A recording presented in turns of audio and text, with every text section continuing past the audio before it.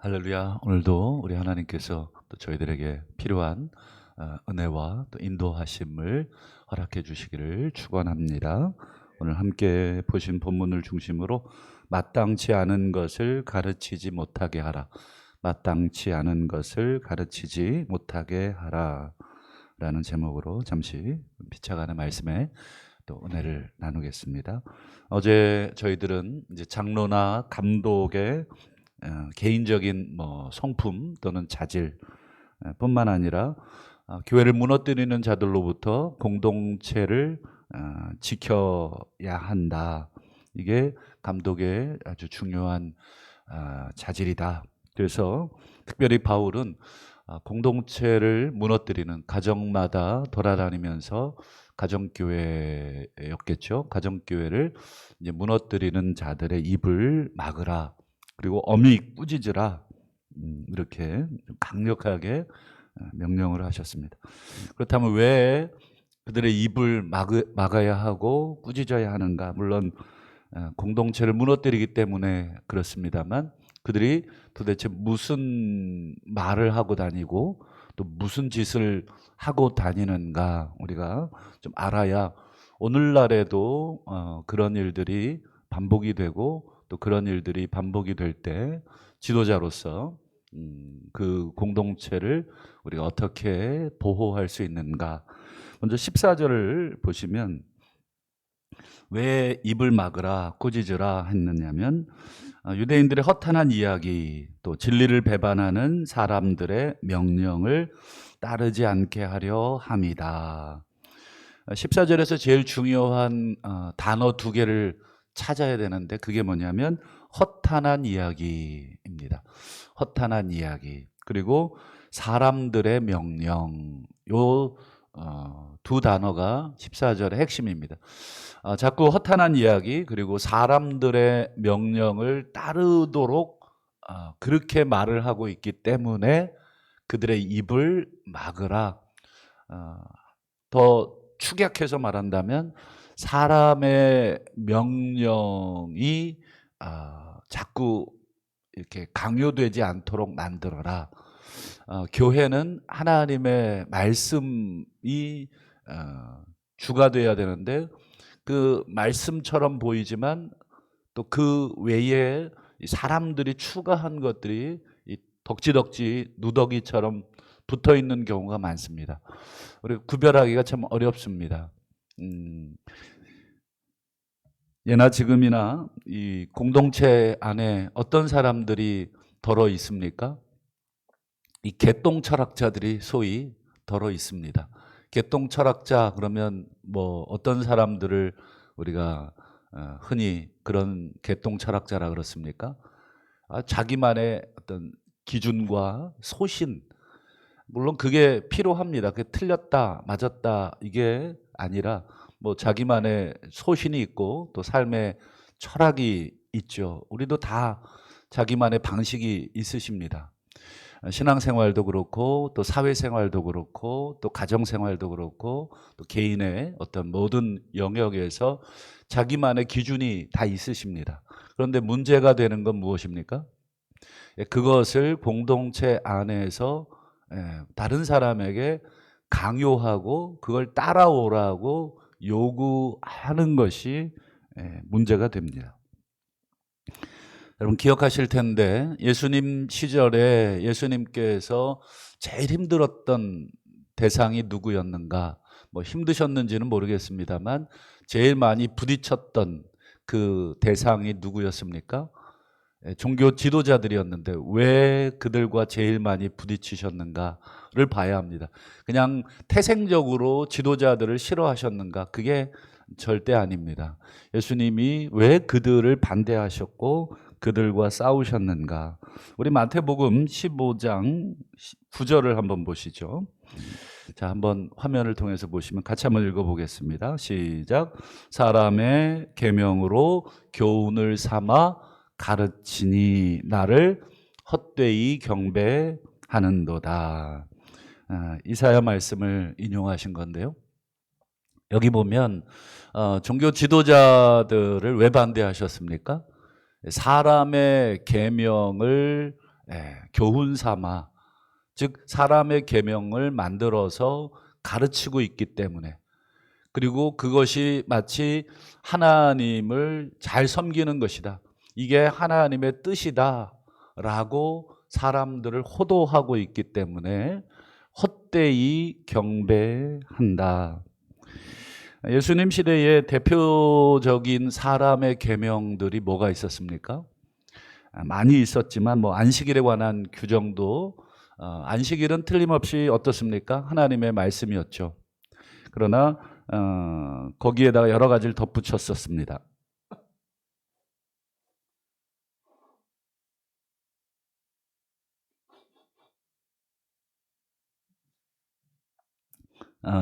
그리고 또 안식일 말고 또 뭐가 있었냐면 음식 정결법이 있었습니다. 여러분 레위기에 보면 먹을 수 있는 것과 먹을 수 없는 것들, 지금도 유대인들은 아주 철저하죠. 그래서 뭐 미국의 유대 사회에 가면 유대인들 코너가 따로 있습니다.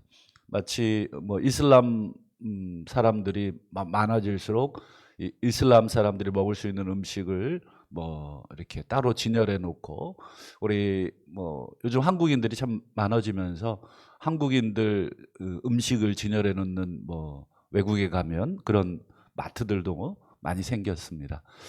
그처럼 유대인들은 지금도 철저하게 이 음식 가리는 그런 민족인데요. 이 정결법, 특별히 뭐 사람도 가리지만 음식을 가리는데 먹을 수 있는 것, 먹을 수 없는 것. 문제는 이 하나님의 말씀에다가 자신들이 소위 말해서 울타리를 친다 그래서 요것보다 더 넓은 범위로 세세한 규정을 만듭니다. 예를 들어서 새끼와 어미를 함께 삶지 마라, 이런 규정이 있어요. 새끼와 그 다음에 젖나는 어미, 즉 이 암양이라든지 뭐 암염소라든지 어미입니다. 이걸 어떻게 해석해야 되겠습니까? 너무 잔인하게 하지 마라, 이런 뜻이거든요. 왜냐하면 새끼와 어미를 한날에 이렇게 도축을 하는 것은 우리 인간에겐 당연하지만 짐승에게도 굉장히 잔인한 짓이 됩니다. 그러니까 하나님이 그렇게 잔인한 짓은 하지 마라, 이렇게 해석을 보통 하는데, 유대인들은 이걸 어떻게 해석하냐면 새끼를 도축해서 먹잖아요. 새끼는 당연히 고기를 먹습니다. 그런데 그 앞에 보면 어미인데 젖이 나는 어미, 이렇게 되어 있습니다. 그러니까 젖이 난다는 것은 유제품, 즉 우유를 짠다, 이런 개념입니다. 그래서 유대인들은 지금도 유제품과 고기를 함께 먹지를 않아요. 요 말씀에 근거해서 자기들이 더 확대해서 이 규정을 만들어 놓은 것입니다. 그래서 아마 유대인들하고 식사하면 뭐 여러분 뭐 유제품이랑 뭐 그다음에 고기를 한꺼번에 먹는 식사는 절대 하지 않습니다. 따로따로 먹기는 합니다. 아침에 고기를 먹었으면 저녁에는 뭐 유제품, 아침에 유제품 먹으면 저녁에 고기. 이게 전부 다 음식과 관련된 이 사람들의 이 세부 세칙들입니다. 이렇게 해야 이 계명을 지키는 것이다, 이게 하나님의 뜻이다, 이렇게 해서 가르칩니다. 그게 성경의 장로의 유전, 이렇게 표현되어 있죠.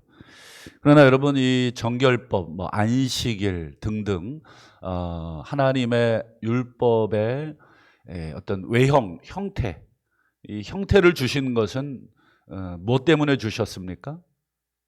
본질 때문에 주신 것입니다. 이 본질을 잘 보관할 수 있도록 이 형태를 주신 것인데, 이걸 거꾸로 해버린 것입니다. 이 형태를 더 강화해버린 거죠. 이 본질을 더 강화하려고 처음에는 그랬겠죠. 그러나 시간이 지나면서 이 본질은 오간데 없고 형태만 점점 더 커져가고, 나중에는 안식일에 하지 못할 일들이 너무 많아졌어요. 안식일을 기억하여 거룩히 지켜라. 이게 어떻게 하는 게 거룩히 지키는 거냐? 뭐 몇 가지 하나님이 정해 주신 건 있어요. 아무 노동도 하지 마라. 그러면 노동이 뭐냐? 또 이거를 또 정의를 해야 됩니다. 그러니 이 노동에 대한 정의를 하다 보니까 뭐가 노동이냐? 밥을 그러면 짓는 어떤 이 가사 노동은 어떠냐? 그것도 노동이다. 그러면 예배당을 가는 그건 어떠냐?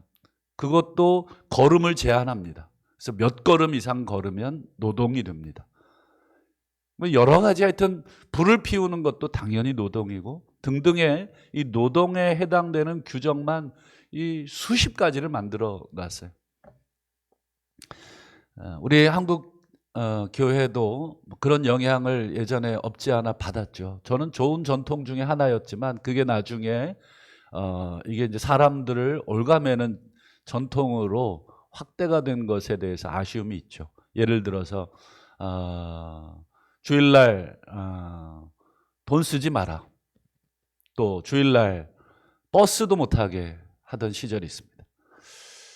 그러니까 여러 가지 이제 이 유대인들처럼 거룩하게 지켜야 된다라는, 만약에 그렇다면 여러분 안식일을 지키셔야 됩니다. 문자적으로는 안식일을 거룩히 지켜야 됩니다. 우리 주일날 지키는 것은 전부 다 잘못된 것이죠. 그러니까 율법의 정신을 모르니까 자꾸 외형을 강조하게 돼 있고 그걸 본인만 지키면 되는데 타인들에게 강요하고 그렇게 하지 않은 사람들을 정죄하는 것. 이게 예수님 시대에 이 장로들이나 바리새인들이나 종교 지도자들이 이제 그런 모습을 띄었던 거죠. 그래서 예수님이 구약의 정결법에 대한 본질을 분명하게 설명해 주셨는데 마태복음 15장 11절을 한번 보시죠. 화면을 통해서. 자, 사람을 더럽게 하는 게 뭐냐? 자, 음식을 가려서 음식을 먹지 못할 음식을 먹으면 더러워지고 또 먹을 수 있는 음식을 먹으면 깨끗해지느냐? 이렇게 생각을 했어요. 근데 그렇게 하나님이 정결법, 음식법을 통해서 사람들에게 가르치고자 했던 것은 무엇이냐? 그 본질을 드러냅니다. 자, 사람을 더럽게 하는 것은 입으로 들어가는 것이 아니라 정말 사람을 더럽게 하는 것은 입에서 나오는 것이 사람을 더럽게 한다. 그러니 이 내 속에 뭐가 있는지를 보라.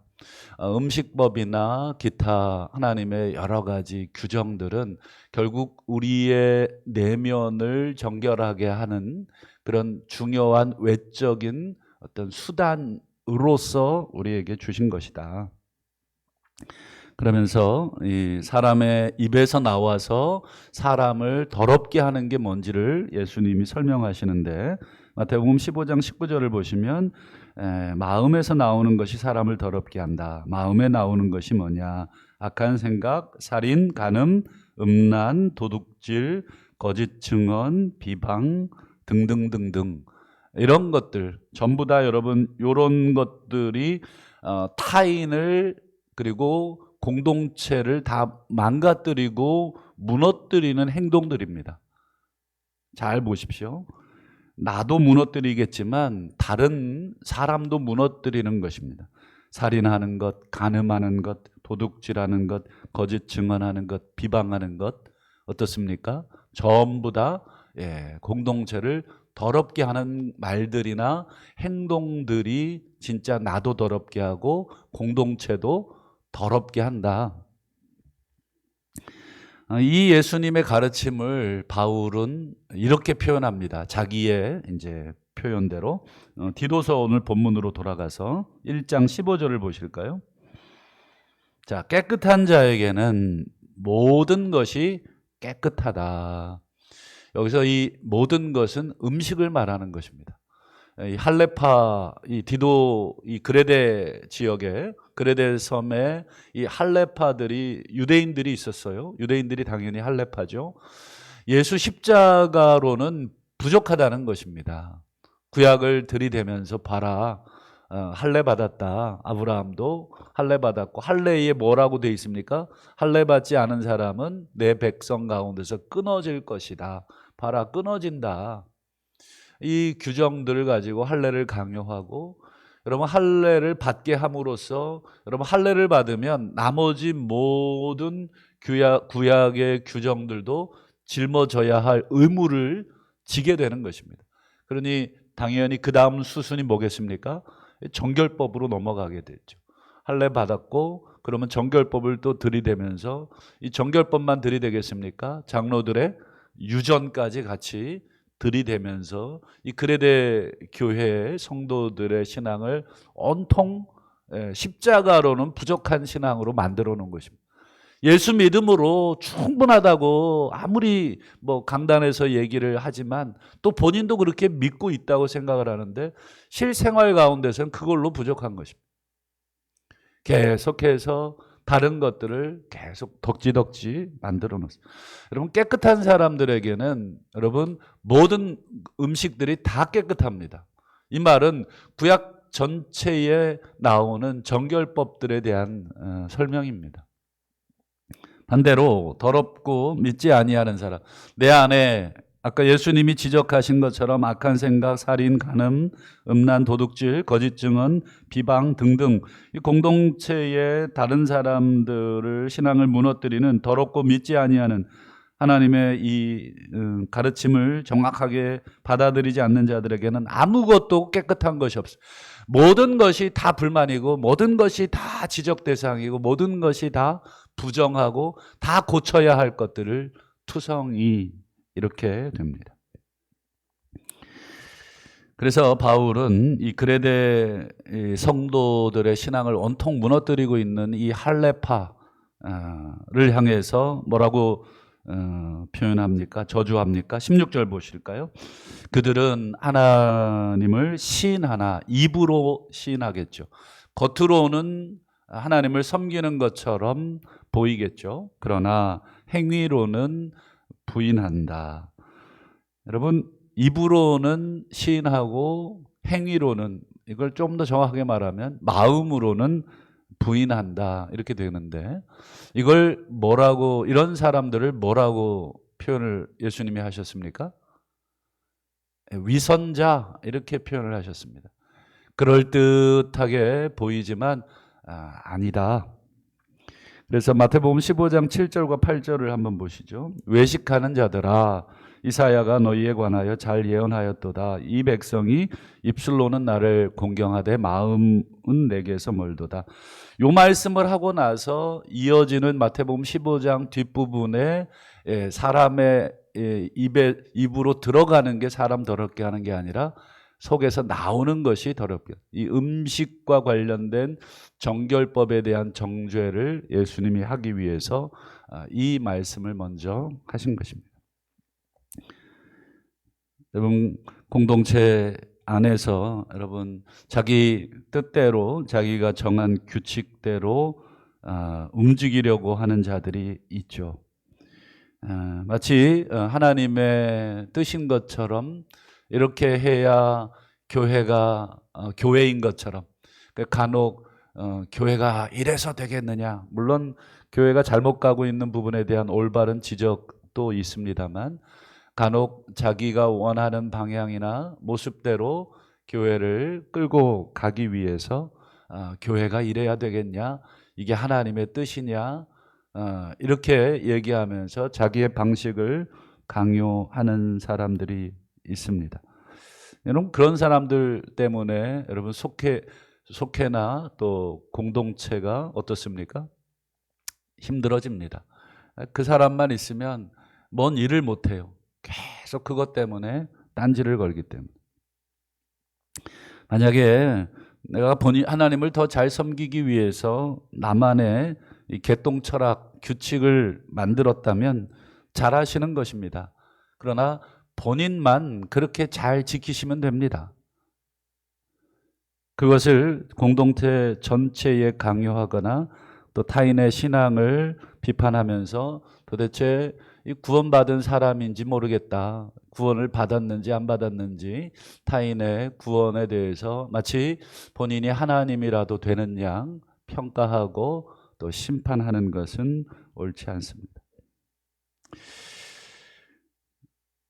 그래서 여러분, 바울이 11절에 지적한 대로 여러분 그들이 왜 그렇게 하느냐, 11절 다시 보시죠. 그들의 입을 막을 것이라 이런 자들은 더러운 이익을 취하려고.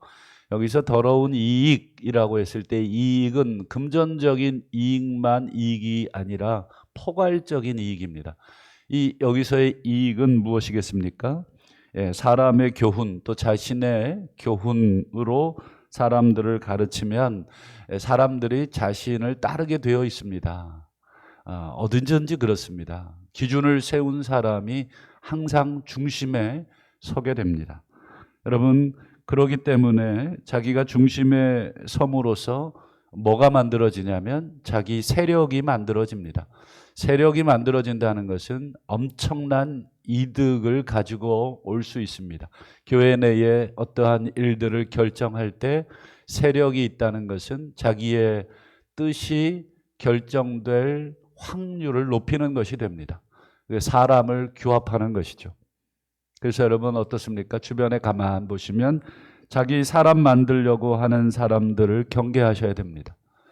그런 사람들이야말로 교회를 바르게 이끌어 갈 확률보다 자기의 뜻대로 교회를 좌우지하려고 할 확률이 높기 때문에 그렇습니다. 그래서 디도서 1장 7절에서 바울은 감독은 더러운 이득을 탐하지 않는 자이어야 한다. 재정적인 이득뿐 아니라 교회 내에 세력을 규합하여 자기의 힘을 키우려고 하지 않는 사람이어야 한다. 자기의 규칙을 만들어 힘을 키우지 않는 사람이어야 한다. 분명하게 못을 받고 있습니다. 말씀을 맺겠습니다. 바라기는 우리 교회가 사람의 계명에 의해서 운영되지 않고 신실하신 예수 그리스도의 십자가 구원과 하나님의 말씀에 의해서 이끌어져가는 좋은 교회 될 수 있기를 기도해 주시고 더 나아가 또 그런 지도자들이 세워질 수 있도록 기도해 주시기를 부탁을 드립니다. 그래서 우리 교회가 진리의 기둥과 터 하나님의 말씀 위에 든든히 세워져서 우리가 서로 싸울 것이 아니라 세상과 싸우는 참된 하나님의 좋은 군사들이 다 될 수 있기를 기도해 주시기를 주님의 이름으로 부탁을 드립니다.